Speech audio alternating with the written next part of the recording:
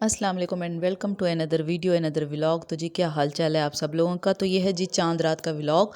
और चांद रात को जी मैंने सिंपल सी फ्रूट चाट है और साथ में जौन सा है राइस बनाए थे चिकन वाले, ये सिस्टर ने भेजे थे मेरे पास। और जैसे रूह अफ़ज़ा वगैरह बनती रह गई है वो उसी तरह से ही बनता रह गया। तो ये मैं काफ़ी दिनों के बाद व्लॉग अपलोड कर रही हूँ क्योंकि इस कदर मसरूफ़ हो गए थे ईद के दिनों में, और गेस्ट वगैरह थे और हमारा भी आना जाना रह गया, तो काफ़ी बिज़ी रह गए। तो रोज़ रोज़ तो जी रोज़ा इफ्तियार करने के बाद हमने बच्चों को मेहंदियाँ लगाई और ये हम लोगों ने स्टिकर वगैरह मंगवा लिए थे मेहंदी वाले, और बड़े ज़बरदस्त। मुझे तो ये बहुत ही पसंद है कि जिनको बस मेहंदी लगाने नहीं आती तो आराम से ये स्टिकर चिपकाएं, ऊपर मेहंदी लगाएं और 5-10 मिनट के बाद स्टिकर ऊपर से उतार लें जब मेहंदी थोड़ी सी ड्राई हो जाए। तो हम लोगों ने इसी तरह से लगाई, बड़ा अच्छा डिज़ाइन बन गया था और मेहंदी भी बड़ी अच्छी थी, कलर बहुत ही अच्छा आया था।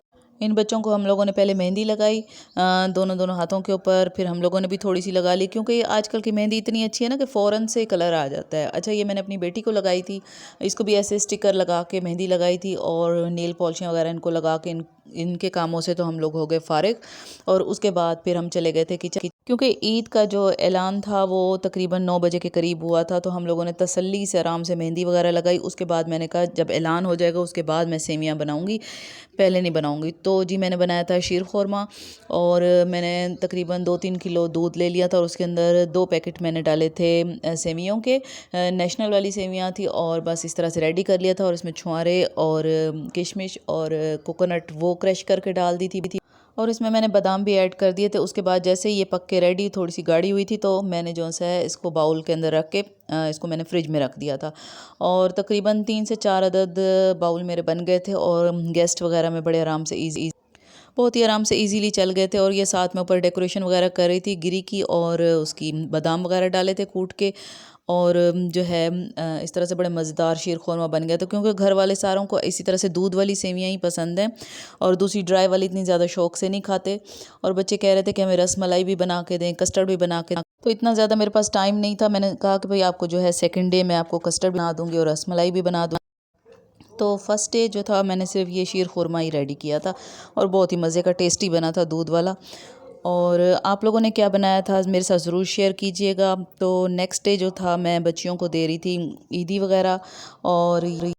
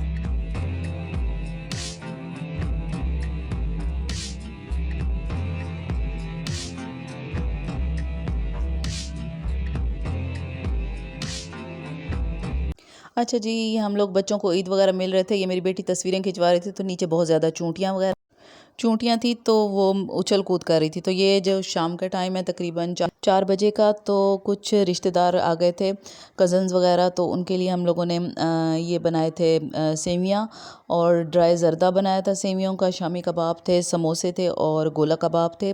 तो ये इनको पहले ही फ्राई कर लिया हमने ताकि जो है गेस्ट के साथ इजीली आराम सुकून से बैठ के गपशप लगाई जाए, किचन में टाइम ज़ाया ना किया जाए। बस मतलब ये कि पहले फ्राई करके रख ली थी ये चीज़ें, क्योंकि फ्राई करने में काफ़ी टाइम लग जाता है। तो बहुत ही मज़ा आया, खूब इंजॉय किया और हमारा ईद का डे जो था बहुत ही अच्छा गुजरा। और सेकंड डे फिर हम लोग गए थे अपनी कज़न्स के घर, और थर्ड डे जो था वो अम्मी के घर चले गए थे। अच्छा, ये कुछ कबाब ज़रा कम हो गए थे तो मैंने और फ्राई किए थे। तो ये बड़े मज़े के हैं, टेस्टी हैं। मेरे ख़्याल में मैनियो के हैं या सबरोज़ो के हैं, इस तरह से हैं। तो बस इस तरह से जो है हम लोगों ने अपना ईद का डे जो था गुजारा था और बहुत ही इंजॉय किया था। अच्छा, ये जो सेवियों का ज़र्दा ये सिस्टर ने बनाया था और मैंने शीर खुरमा बनाया था। और इस तरह से जो है हमारा ईद का दिन जो था बहुत ही मज़े का गुज़रा। और थर्ड डे जो था वो हम लोग चले गए थे अपनी अम्मी के यहाँ क्योंकि तीसरे दिन हम लोग लाजमी जाते हैं, सेकंड डे नहीं जा सकते, गेस्ट वगैरह होते हैं।